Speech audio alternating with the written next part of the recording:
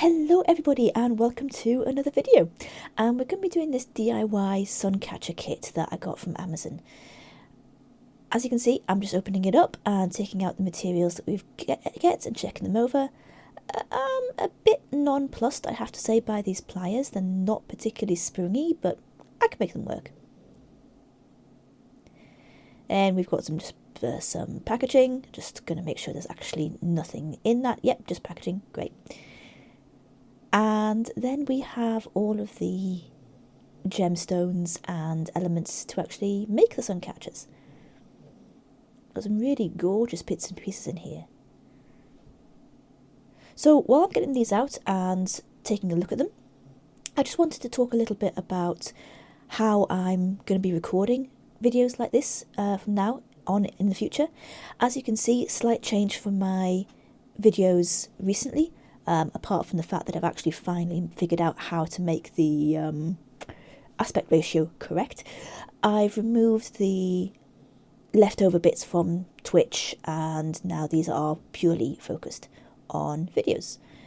You can see me here taking a quick look at the instructions. These are very, very basic instructions.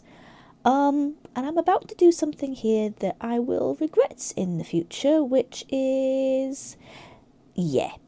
I was maybe a bit cocky there. I have used jewellery making stuff before in the past. I had an idea of what I wanted to make. It was pretty clear in my mind, and I thought I'd be able to do it, reasonably easily. Well, spoiler. Anyway, as I'm getting the bits out and having a play, I'll go back to what I was talking about before, which was how the filming process is going to be changing. So, as you can see here, I've already pre-recorded this and I'm doing the voiceover afterwards. This is just giving me an opportunity to sit back and talk in a more relaxed manner without focusing on the craft that I'm doing. And I can give you my thoughts, my feelings, my processes as I'm actually, after I've actually made the craft, rather than in the moment when I'm struggling to think of what to say. So I'm just getting out all of the elements here and seeing exactly what I've got, the exact lengths of chain and everything that they've given me. And I'm just going to speed up the next part, I think, because this basically is just me going through and seeing what I've got and seeing if the idea that I have in mind is going to work.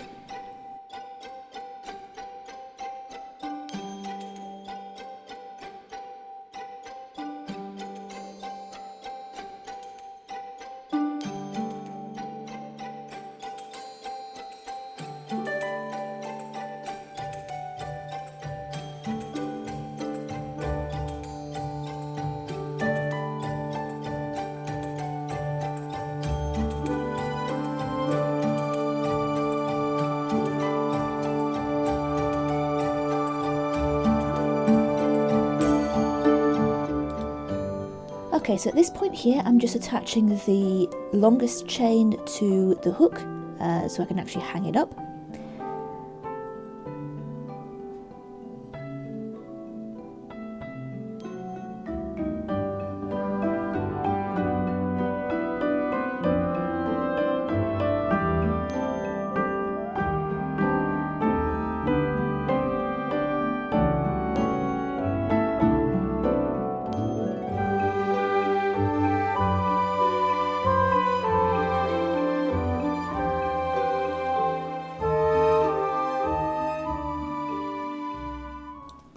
And then the original plan here was going to be to have 2 chains from each point of the moon, which would go one to each corner of the square, so it would hang straight and flat, and then I could hang more chains down from the square with bigger gems hanging down at a bottom.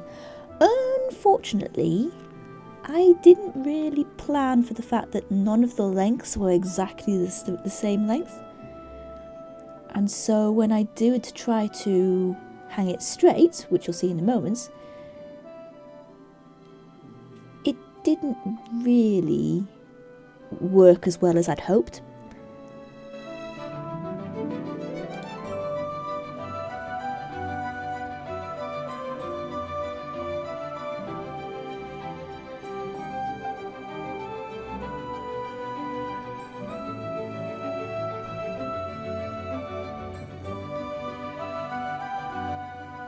Here you can see how I'm trying to get it to hang straight and flat, but it's just not working. So I do have an idea. Like I said before, I have made jewellery in the past, and so I decided that I would try breaking out my special jewellery making tool. And I did an excellent job of showing it off to the camera there, Ralphie, well done. This was the jeweller's cement, which I used to use when I did jewellery making, and I thought it would be easy enough to just glue down the corners. Unfortunately, like I said, I didn't really take into account the fact that the lengths of chain were actually of just slightly differing lengths, which meant that it would never have hung flat. But it was a good try. While I'm waiting for that glue to dry, I take a look a bit more at the other gems in the collection and decide which ones I want to include.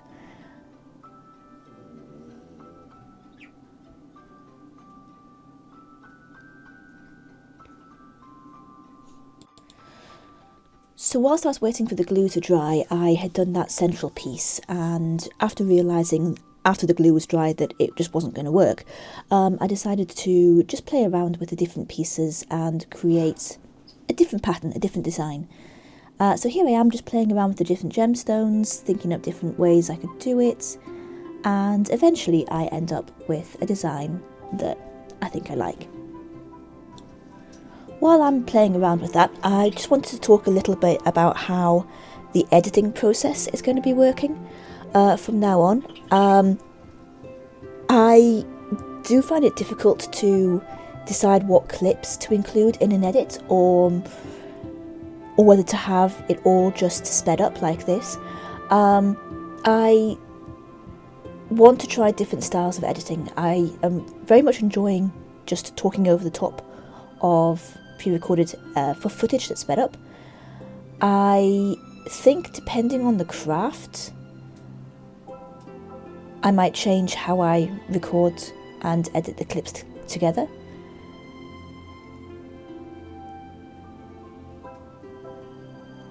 It's going to take some time, it's going to take some practice, but hopefully I'll get something which people will enjoy at the end of the process. So here I'm just attaching the gems. Now I've decided on the final design, the final pattern. I do run out of the medium-sized jump rings, so I do end up having to go to the large-sized jump rings. And again, if I'd read the instructions, I would have seen that there was a jump ring opener, and I wouldn't have been using my thumbnail, which has led to a very scratched up thumbnail. Yet again, being too cocky and not reading the instructions. But in the end, I do end up with a piece that I really do like.